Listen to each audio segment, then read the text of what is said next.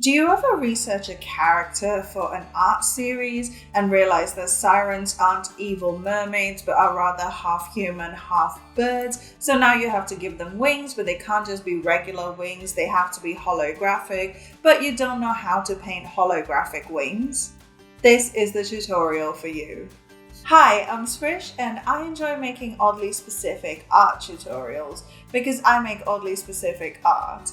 And today we are expanding on my long-running art collection, which is the Dark and Light Zodiac series. Today we are painting dark water. Today we're looking at painting wings, but not just any wings. We're going to learn how to render translucent, iridescent feathers quickly and without over-rendering them in just 4 simple steps. I encourage you to draw your own feather and paint along through this tutorial because it's just a really fun process and a very good skill to have in your back pocket. If you enjoyed this video and learned something today, make sure to let me know by giving it a big thumbs up and subscribing to my channel. Comment below any other weirdly specific art tutorials you'd like to see in the future and I'll be more than happy to dive in. And come say hello on socials, all my links are in the video description.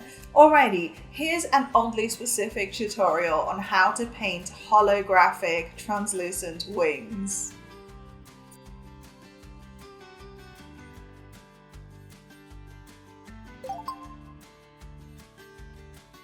So this is the character we're working on. As you'll notice, I did already paint one of her wings, but ignore that because I painted over it later anyway. For now, let's work on this wing in front of her.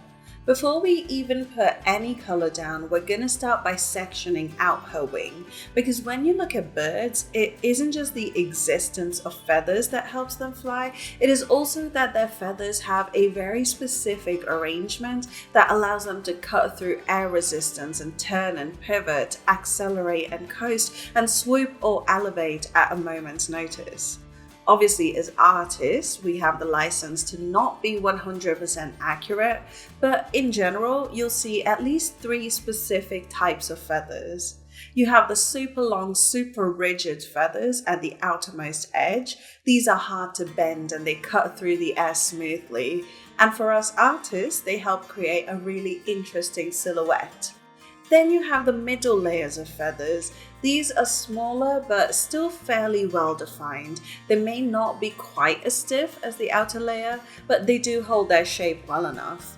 Think of them as a sort of flexible shield for the attachment points of the longest feathers. And finally, you have the softest, smallest, least defined downy feathers right at the wing bone. These guys are smaller and rounder and seem to almost blend into each other. These are the ones that lie on the bones of the wing, and because they are so small, they allow the joints to flex and extend much easier. Again, as artists, we have the luxury of not being 100% accurate, but I find that vaguely understanding the function of what I paint allows me to alter the rendering process for each subsection.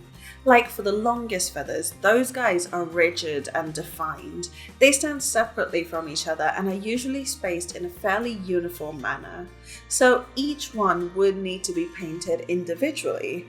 By stark contrast, the smallest feathers, the ones that lie on the bone, will almost blend into each other, meaning I can paint that entire area as one unit and only define a couple of edges here and there. A tiny bit of detail while still maintaining the illusion of softness. Okay, now that we understand the boring functional stuff, let's go in and have some fun.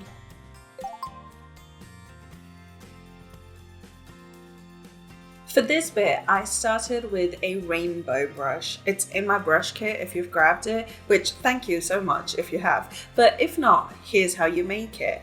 You take any brush you love and you set the hue to vary with distance. Make the graph just a diagonal so it'll cover the full spectrum, but you can mess around with it. As long as the hue varies with distance, you'll get a rainbow brush.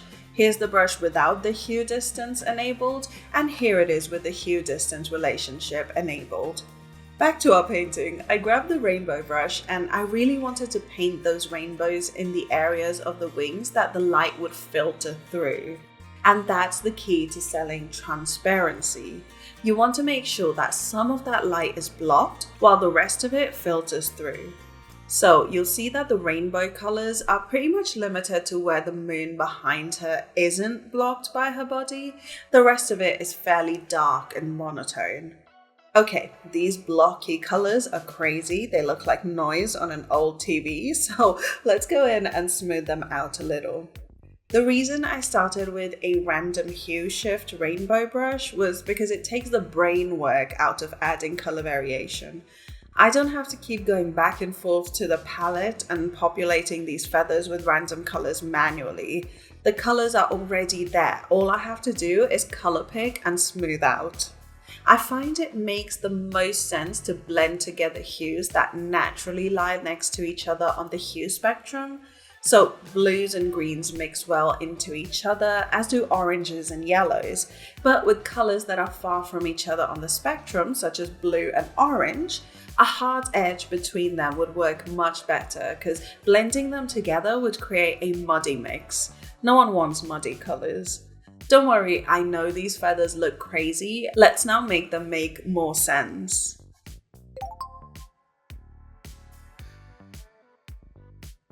Okay, let's bring back some definition to these feathers.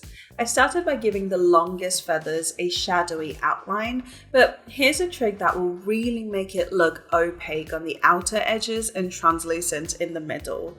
Fade in some saturated, almost ultramarine blue from the outline towards the rainbow. For some reason, it works like subsurface scattering works for the skin.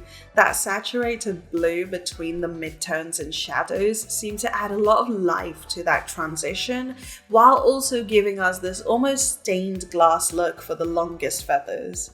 With the medium feathers, I deepened that shadow at the attachment point to almost make it look like those softer downy feathers at the bone are overlapping and creating a drop shadow on them. With the softest feathers on top, I just sort of added a little more color interest, but we want to focus on keeping it pretty abstract still.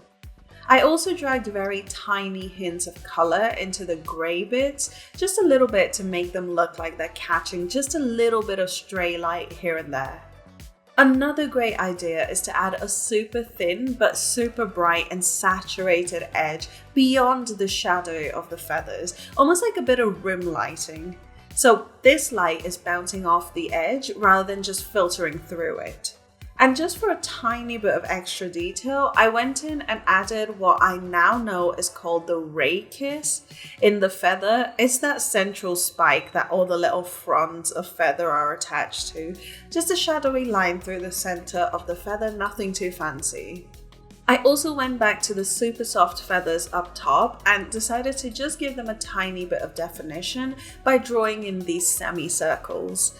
Think of it like drawing fish scales. It's basically the same shape, just less well defined. Again, I gently deepened the shadows where her arm and body would block the light on the wing, just really exaggerating that contrast to heighten the effect of transparency some more. I went ahead and repainted the other wing in the exact same way. More of it would catch the light because very little of it is actually obstructed, but the process was pretty much the same. So let's now go ahead and add some finishing touches.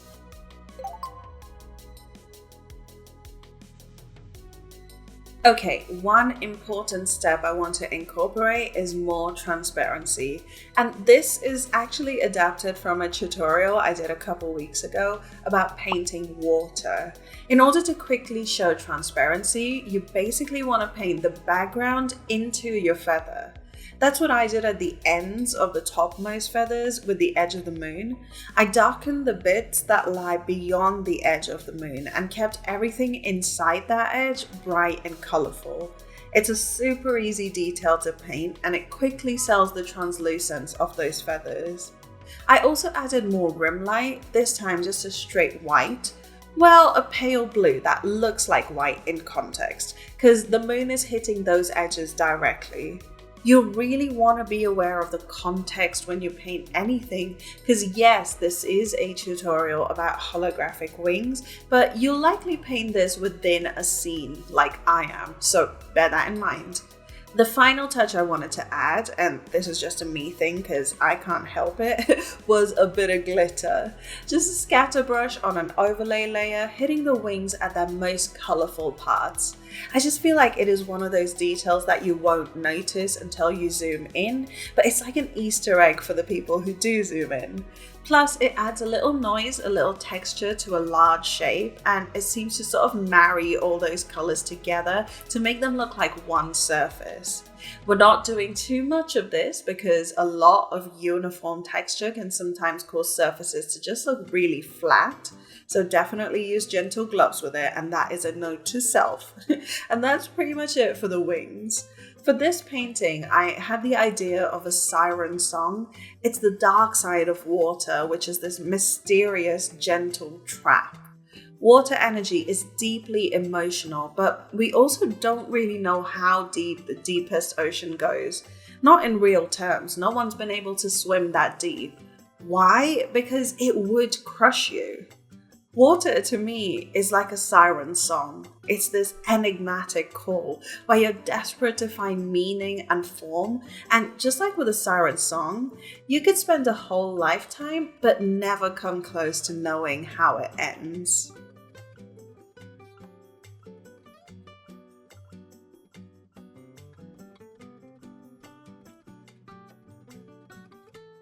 So, what do you think? Did the process make sense to you?